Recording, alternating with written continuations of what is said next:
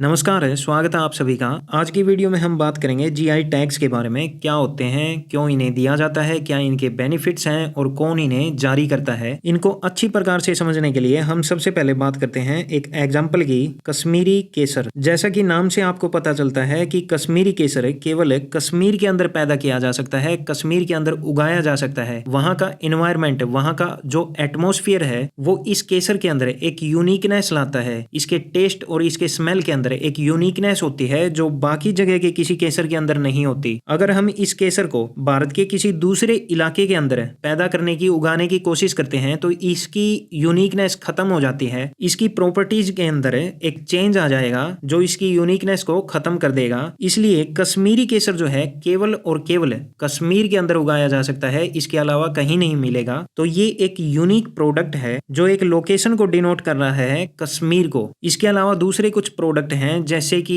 आगरा का पेठा, कोल्हापुरी चप्पल, दार्जिलिंग की चाय, बनारस साड़ी। ऐसे यूनिक प्रोडक्ट हैं जो किसी एक लोकेशन पर ही मिलते हैं, उसको डिनोट करते हैं। उनकी प्योरिटी, उनकी रेपुटेशन को बनाए रखने के लिए जीआई टैग दिया जाता है, ताकि कोई कस्टमर जब उनको खरीदता है तो उसको ये श्योरिटी रहे कि वो एक जेन्युइन प्रोडक्ट खरीद रहा है। अब बात करते हैं कि जीआई टैग होते क्या हैं। जीआई टैग एक साइन होता है जो उस यूनिक प्रोडक्ट को दे दिया जाता है, जो किसी लोकेशन को डिनोट करता है और एक यूनिक प्रोडक्ट है, उसके ओरिजिन को डिनोट करता है। ये जीआई टैग का लोगो है और इसकी टैगलाइन है, अतुल्य भारत की अमूल्य निधि, invaluable treasures of incredible India. जो भी प्रोडक्ट है इस सिंबल के साथ है, इस साइन के साथ आपको दिखाई देता है, वो एक जेन्युइन प्रोडक्ट होगा। उसकी प्योरिटी और उसकी रेपुटेशन को बनाए रखने के लिए ये टैग दिया जाता है और ये इंश्योर करता है कि वो एक कॉपी नहीं है, वो डुप्लीकेट प्रोडक्ट नहीं है। अब बात करते हैं जीआई टैग्स की इंपॉर्टेंस के बारे में। क्यों जीआई टैग जो है जरूरी है किसी प्रोडक्ट के लिए, तो इसके लिए हम एग्जांपल लेते हैं दार्जिलिंग चाय का। ये एक यूनिक प्रोडक्ट है जो केवल और केवल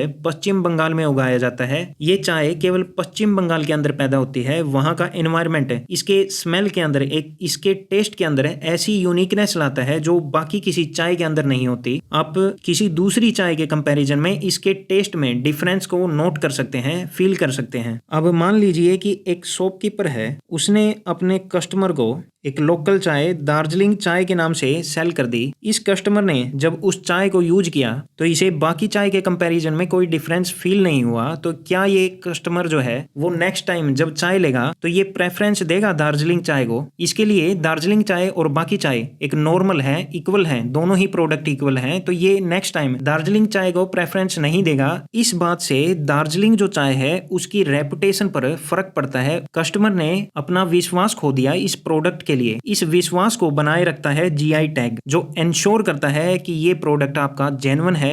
ऐसे में अगर कोई शॉपकीपर जो है वो किसी लोकल प्रोडक्ट को या किसी कॉपी को, डुप्लीकेट प्रोडक्ट को यूनिक प्रोडक्ट के रूप में बेचता हुआ पाया जाता है तो उसको 50,000 से लेकर 2 लाख रुपए तक जुर्माना या फिर 6 से लेकर 2 साल तक की सजा होती है। तो इससे हमें पता चलता है कि कोई भी शॉपकीपर किसी दूसरे प्रोडक्ट को ऐसे ही मार्केट में नहीं बेच सकता। इसलिए जीआई टैग जो है वो प्रोटेक्ट करता है उस प्रोडक्ट की रेपुटेशन को, उसका मिसयूज ना हो, उसको प्रिवेंट करता है, कमांड करता है प्रीमियम प्राइस पर। ऐसा ना हो कि वो प्रोडक्ट जो है उसकी ब्लैक मार्केटिंग हो या ज्यादा प्राइस पर बेचा जाए। ये इंश्योर करता है कि उस प्रोडक्ट को बनाने के लिए ट्रेडिशनल मेथड का यूज किया गया है और किसी लोकल प्रोडक्ट को, जैसे कि दार्जिलिंग चाय है वो पश्चिम बंगाल का एक लोकल प्रोडक्ट है, लेकिन उसकी ब्रांड वैल्यू को इंटरनेशनल लेवल पर पहुंचा देता है एक GI tag, create a brand identity. अब बात करते हैं कि जीआई टैग्स कितने प्रकार के होते हैं। एक होता है PDO, protected designation of origin. ये